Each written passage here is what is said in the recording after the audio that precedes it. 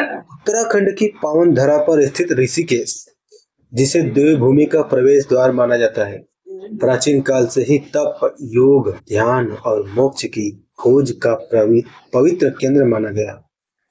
हिमालय की गोद में अवस्थित यह नगर गंगा के निर्मल तटों के कारण आध्यात्मिक ऊर्जा का से ओतप्रोत है। ऋषिकेश का नाम स्वयं उसकी पौराणिक कथा से जुड़ा है।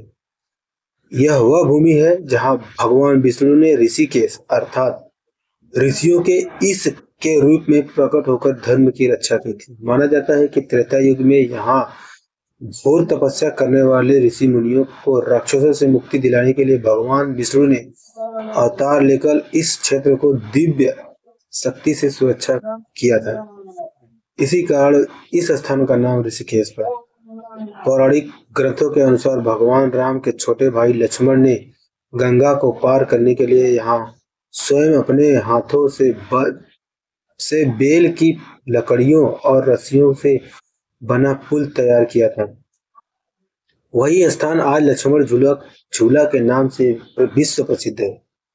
कहा जाता है कि इस पुल से गुजरते समय साधक को लक्ष्मण की निर्भीकता और तप का अनुभव होता है। वही कुछ दूरी पर स्थित राम झूला की कथा भी राम भक्तों के लिए अत्यंत महत्वपूर्ण है। यह क्षेत्र रामायण की कई घटनाओं से जुड़ा हुआ माना जाता है, विशेषकर उस काल से जब श्री राम ने लंका विजय के बाद पाप मोचन और आत्मशुद्धि के लिए इसी क्षेत्र में कठोर तपस्या की थी। ऋषिकेश का उल्लेख महाभारत और पुराणों में भी मिलता है। माना जाता है कि पांडवों ने कुरुक्षेत्र के युद्ध के बाद आत्मशुद्धि के लिए इसी स्थान पर गंगा के तट पर स्थापना की थी, तपस्या की थी।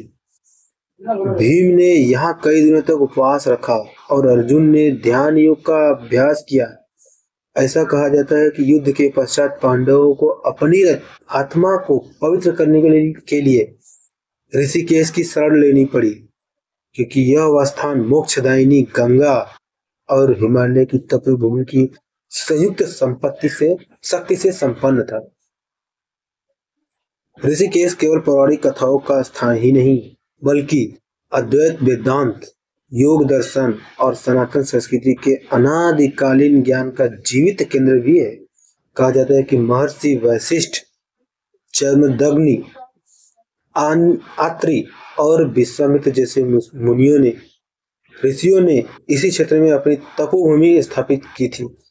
यहाँ की गुफाओं, आश्रमों और पर्वतीय पगडंडियों में आज भी साधकों को यह दिव्यता का शांति का अनुभव होता है, जो हजारों वर्षों से योगियों को आकर्षित करती रही। गंगा तटों पर अध्यात्म ऋषिकेश में बहने वाली गंगा को विशेष रूप से मुक्तिदायिनी का माना गया है, क्योंकि यहाँ गंगा हिमालय से निकलकर पहली बार समतल भूभाग में प्रवेश करती है। इसी स्थान की धारा को अत्यंत पवित्र और ऊर्जावान माना जाता है, जिसके स्पर्श मात्र से मन का संस्कार शुद्ध होने लगता है। हर शाम त्रिवेणी घाट पर होने वाली गंगा आरती एक दिव्य अनुभव, जिसे देखने हजारों देश विदेश से श्रद्धालु पहुंचते रहते हैं। मंत्रोच्चारण, घाटियों की ध्वनि, दीपों की ज्योति मन को अद्भुत शांति और भक्ति से भर देती है। ऋषिकेश को विश्व भर में yoga capital of the world कहा जाता है। यहाँ स्थित सैकड़ों आश्रमों में योग, ध्यान, प्राणायाम और आध्यात्मिक शिक्षा का प्रसार होता है। पैरा महात्मा आश्रम, योग निकेतन, शिवानंद आश्रम और वेदांत जैसे संस्थानों में प्रतिदिन हजारों लोग योग की दीक्षा लेते हैं। 1968 में जब प्रसिद्ध बैंड बीटल्स ने महर्षि महेश योगी के आश्रम में ध्यान किया था, तब से ऋषिकेश अंतरराष्ट्रीय स्तर पर और अधिक लोकप्रिय हुआ।